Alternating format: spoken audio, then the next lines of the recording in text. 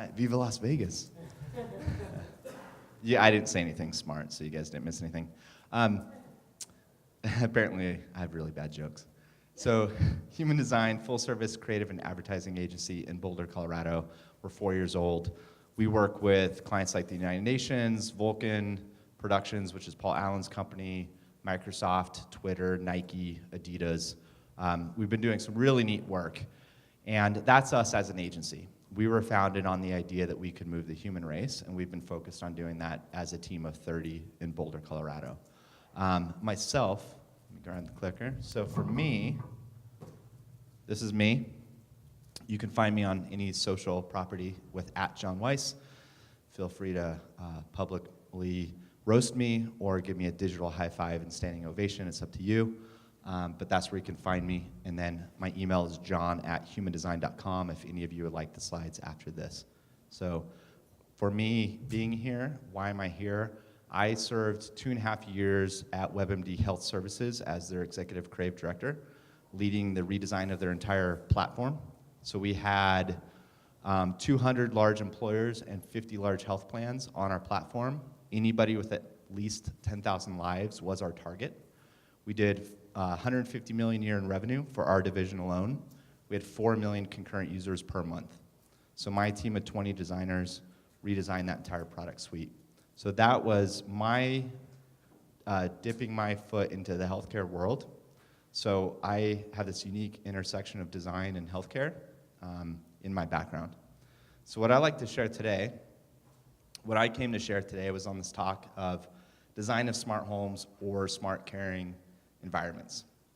Big topic. How many of you here, just by show of hands, work with smart home devices? All right, good. Large majority.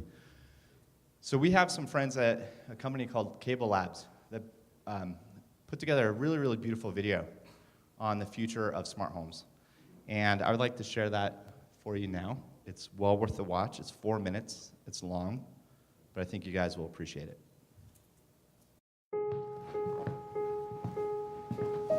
Come on, Cookie. I don't know how you're supposed to feel at 86, but I don't think I feel like I'm 86. Surprise!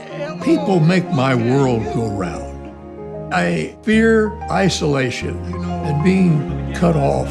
If I am alone somewhere and I had no one to talk to, no one to share anything with, I bet you I would just dry up and blow away. I call this my smart house. We got sensors in all the rooms. I swallow them. I wear them. Doc knows what's going on with me. I don't have to go to the clinic anymore. I call him up. He's not back in the horse and buggy days. Looks like you had a pretty active week, huh? I'm feeling it too.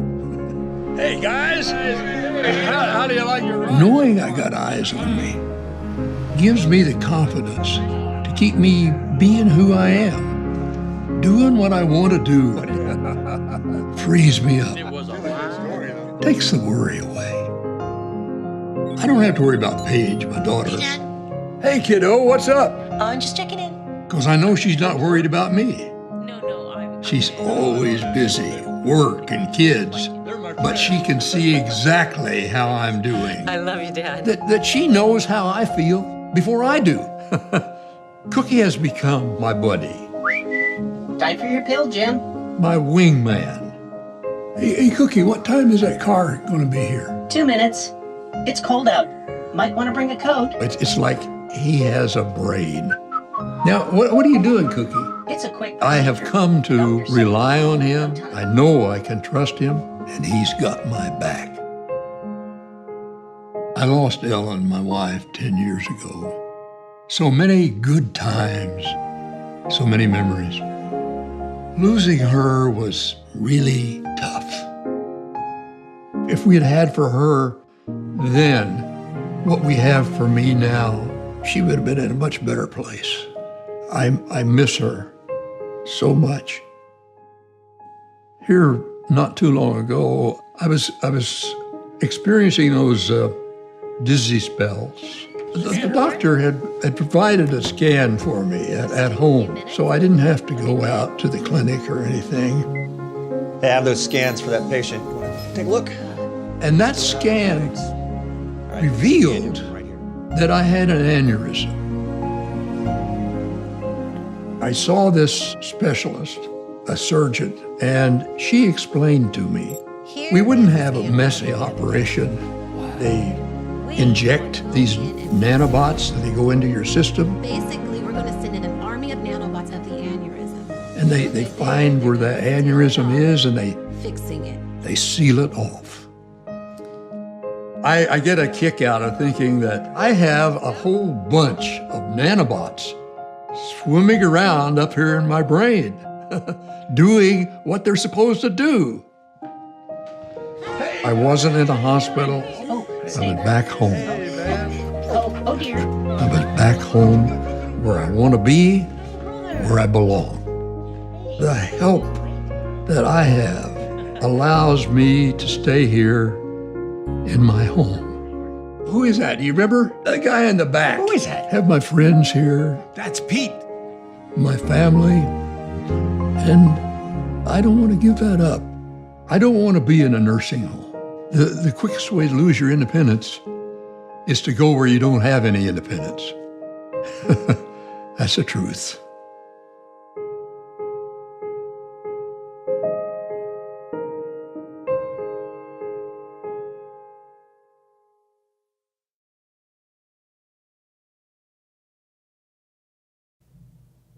It's really powerful stuff. How many, yeah.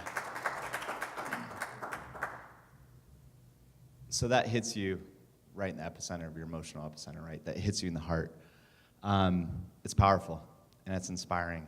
How many of you, by show of hands, felt like that was inspiring? Awesome. So everybody. And it was. And I think what is really compelling about that is that they're showing how technology can be put in service of a human being's most intimate needs and desires. And the technology that they envision is powerful. It's an ecosystem. It supports the individual in multiple facets of their life. And I think that that video is incredibly inspiring and motivating. But it's the future. And I'm going to bring us back down to today and something that I feel as equally powerful. So I want to share with something here, and I'm going to let you guys read it on your own. I'll give you about 30 seconds to read it.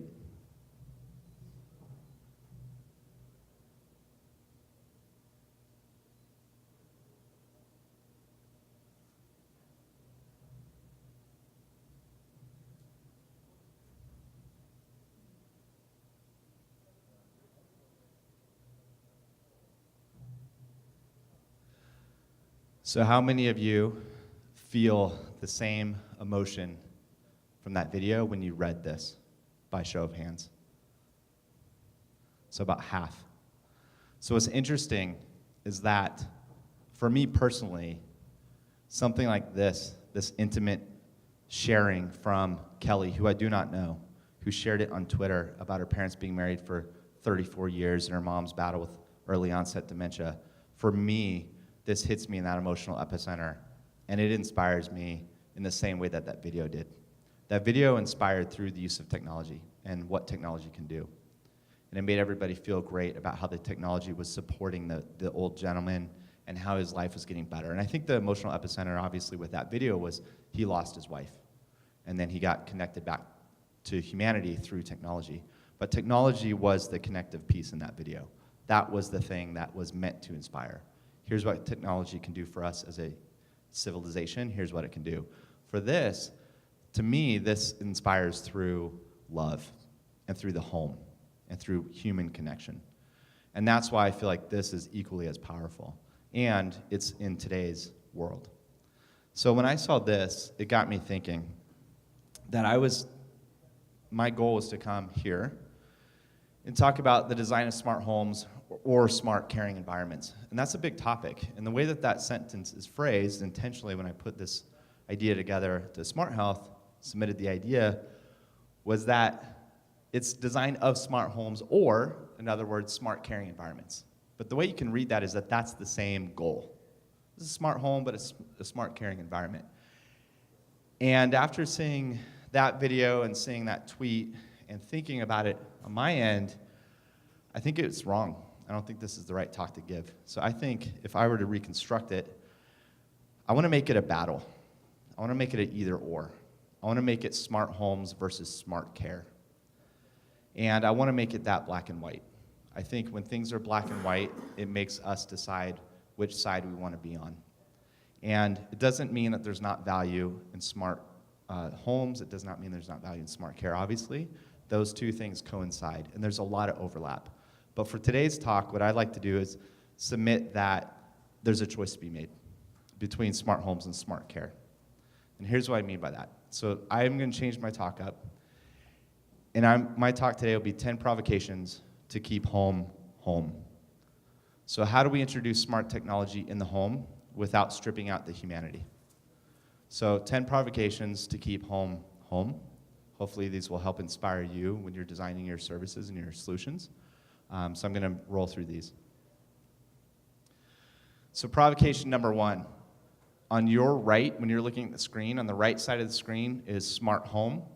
On the left side of the screen is smart care. So smart home versus smart care.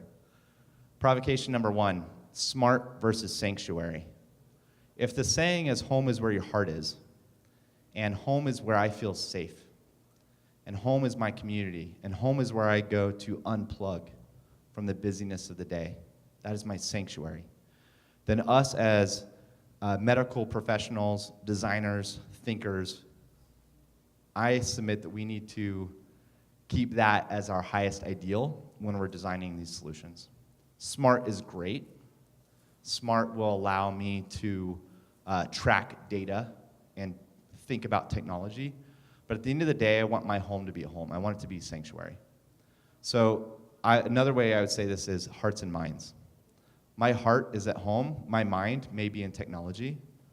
But when I'm at home, I want my heart to be centered, and I want to be feeling like I'm being taken care of and I'm the center of the universe, not my technology. So that's provocation number 1 when you're thinking about smart homes. Provocation number 2 is complicated versus calm. So again, smart technology would be complicated, smart care would be calm. Again, what I mean by that is when I see that video of all these things that the technology can do, it's super inspiring. As a designer who's been designing for 20 years, I started at my first agency when I was 19. I quickly think through the whole ecosystem, what that design loop would look like for that gentleman. So first, he had to be convinced that he wanted the technology. Secondarily, he needed to be convinced that he could afford the technology.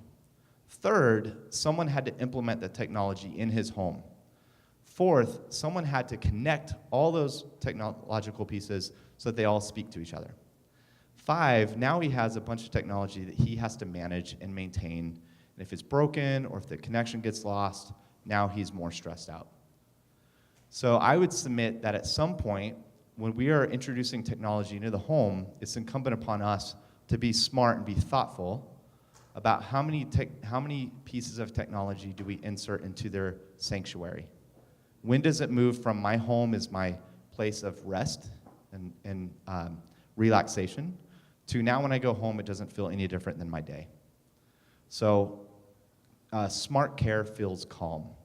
It does not feel intrusive, it feels invisible. So that's provocation number 2 to think through when we're designing these experiences.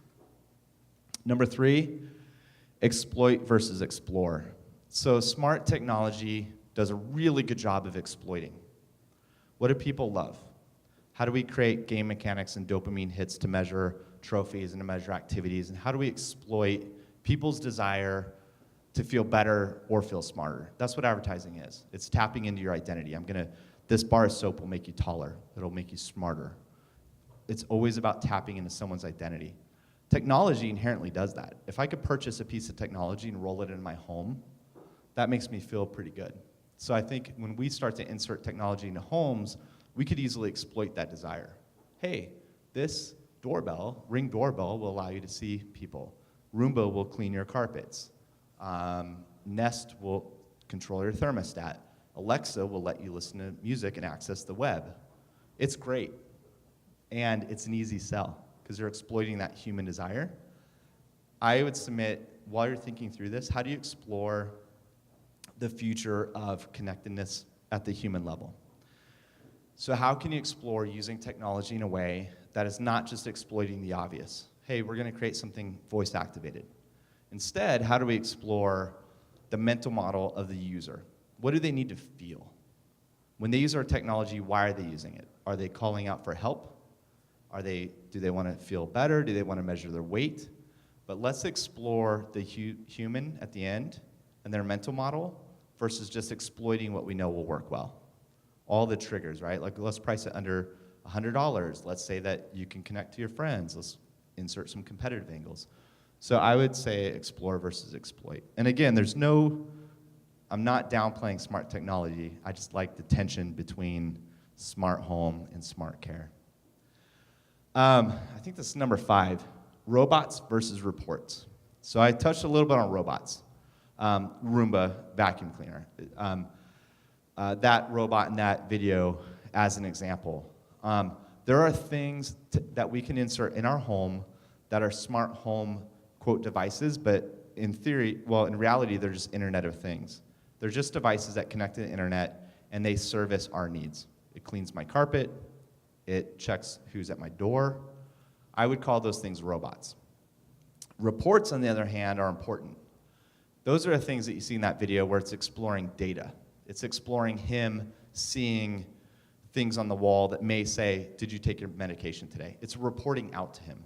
So it's not a robot doing a task for him and making his life easier in that way. It's a report out. So it may be something where if you connected a scale, and if someone was dreaming and said, when you wake up in the morning, it'd be great if when you're looking in the mirror, your mirror reported out to you. Here's your blood cholesterol levels, here's your stress levels, here's your weight, here's all this data. That's a report. That, to me, that's not a robot serving my needs. That's a report out that I can then make a decision off of. Maybe not the best report either, because it would probably stress me out. But robots versus reports. Again, smart home on the left. For you guys, smart care on the right. So I think we should be thinking about reporting out things that are actually meaningful to people and that they can take action on versus creating robots and devices to simplify my tasks. Storing versus story. So here's what I mean by that. There's so many devices in a smart home that will capture your data and store it for you. How much you weigh, how you slept last night, how much you slept, were you on your right side, were you on your left side, did you snore, what time you got home, what time you left for work. We're creating a massive bucket of data, and we're storing that, and we're storing it, and we're storing it. But smart care to me is, what is the story in that data? Because there's no intimacy in data. If you collect data on me, but you don't serve it back in a way that I understand, it's meaningless. So really, what's that idea around what is the story that we need to be capturing and telling back to the user from our home environment? And this story should be an ecosystem in-home and out-of-home, but really story versus storing. So just when you're building devices, the provocation would be, what are we storing? Why are we storing it? And then most importantly, it should be about the person's story at the other end, and how do they unlock that and get that back to them. So excessive versus enchanted. So what I mean by that is smart homes, the risk is that we go excessive. Everything is smart, everything. And when I walk from this room to that room, it can sense from my pupil dilation that I'm stressed out, so suddenly it kicks on relaxing music. And then when I walk into this other room, it turns off the music because it knows that someone else is in the room and it doesn't want to play the music. And my TV is going to be gesture-based, and when I want to mute it, I can hold up my finger to shush it versus grabbing a remote. If I want to change channels, I can swipe left or swipe right, Minority Report. Like, there's so many ways that we could dream up smart home. And I know I'm not just focused on health, and we're a healthcare conference. But in general, the premise is it's really, really easy to go excessive on the smart home side of things versus enchanted. So enchanted ties back into that concept of how do you create something that's calm around my health? How do you create something that shows you feedback and shows your story without asking something of you? So as an example, we had a potential client, they're still raising capital, that had a photo album that was dynamic. And it was a real life photo album that would sit on your coffee table. You'd open it up, it'd have some real photos in it, but then it had a digital component. So half of the album was digital. So it was great. People would come over, it was dynamic, people could look at other photos. We submitted, well, it'd be great if we could all grab photos from the cloud, so it's even a surprise for you. So when you open up your own photo album, suddenly you see pictures from your kids in that little screen that's the digital component of the album. But then we started thinking about, how does this feel enchanted without asking me to do much? So we started thinking about, how can it, when it's sitting on the coffee table, if it does get a new download of photos from my daughter or my son, does it have a little icon on the side of it that lights up and it's a smiley face, or some sort of icon that kind of like suddenly lights up and turns on to let me know that content has been updated and that it'll be something that I enjoy? Another good example is from a book called Enchanted Objects, and the example is about a umbrella. And the theory is, what if you had this umbrella that sat by your front door, and every time you left, the handle on the umbrella would change color to tell you what the weather was going to be like later that day. So now it's an enchanted object. So really this idea of smart care should be enchanting, not excessive. This idea, this provocation around intrusive versus invitation. I believe that smart care should be an invitation and not be intrusive. So what I mean by that, and it'll get to the next provocation after this, is that anything that we do around someone's health should be an invitation for them to learn about who they are and how they behave, and what things can be invited into their life to help them out. And not be intrusive, not be something where we're serving you up data, we're doing certain things, we're always intrusive and putting ourselves back in your life versus asking to be invited in, is the premise there. So invitation versus intrusive. And that goes into personal versus public. So really this idea of, if it's an invitation, then smart homes should allow me to connect out of my home to those around me that I want to have support in the way that I want. So I want to invite in my support group. I want to share data from my smart devices and own that data on a personal level versus public, thinking through, how do the smart devices play out in a public setting, where let's say you're making a smart device for someone that tests if their medication is compliant because they have congestive heart failure and they need to take their medication so they don't take on weight and et cetera with water. How do you make a smart device that feels inviting and personal, but also takes into account that it should probably not feel too public? Like, how does it feel hidden and unintrusive, so if I have family members over or friends over, it's not obvious? My personal health is my health in my home. I think this is the last one, because I'm way over 7 minutes. Self-care versus caregiver.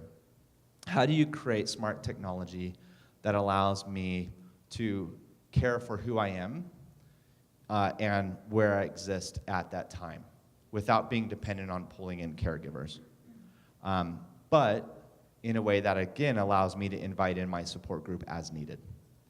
Oh, got one more. Nudges versus notifications. I kind of view this as a loving nudge. So how do your smart devices nudge me in a way that does not feel abrasive, but it feels like a loving, approachable nudge versus a notification in that one. And then I think I'm good on time. Do I have 2 minutes? 6 minutes. Oh, I got 6 minutes. I won't take it all. Extra credit. So those were the 10. I had 2 that I put in as extra credit. So one is, I think it's better to predict than preach. So I think it's really, really important for your smart devices to not preach at me and tell me about my behaviors that will inevitably hurt me. So don't tell me, hey, the things that you're doing, you're going down the wrong path, it's going to hurt you. You're going to get type 2 diabetes, or you're going to whatever the consequence may be. Don't preach at me. Instead, smart technology should predict. It should be listening to me in a calm, unassuming way, and it should help me avoid those pitfalls by predicting where I'm going. So rather than saying, hey, John, you should probably stop eating those things, you're really going down the wrong path, instead start predicting that, hey, we've noticed that every time you have a cup of coffee, you also like to have a chocolate chip cookie. So it looks like your trigger is coffee and your action is eating a cookie. So maybe the system serves up that, hey, replace the cookie with a piece of fruit. Keep your trigger the same, because you're not going to stop drinking coffee, but replace the action with something healthy. So predict, don't preach. And then the last one is entertainment versus education. So how can you make this something that's fun for me in a way that encourages me to continue down the path versus continually educating me? And Heather had that talk yesterday, and it's that idea that knowledge does not equal behavior change. If I'm a smoker and I've seen photos of black lungs, but I want to smoke, I'm not going to stop smoking unless it really means something to me. So my intrinsic desires need to trump extrinsic motivators. So anyway, how can we make smart technology in the home entertaining and fun versus always being about education? Hey, here's how many steps you took. Here's how much you weigh. Here's this level. Here's that level. That's okay to serve up that information in a story that means something to me, but you could still make it fun, which is game theory and not game mechanics, but it's actually game theory and behavioral psychology around that. And there's a lot of things that go into that: set completion, curiosity, surprise, great things that you could read about. So that's what I was going to share. So again, I'm John at humandesign.com if you guys have any desire to get that presentation. But Are there questions?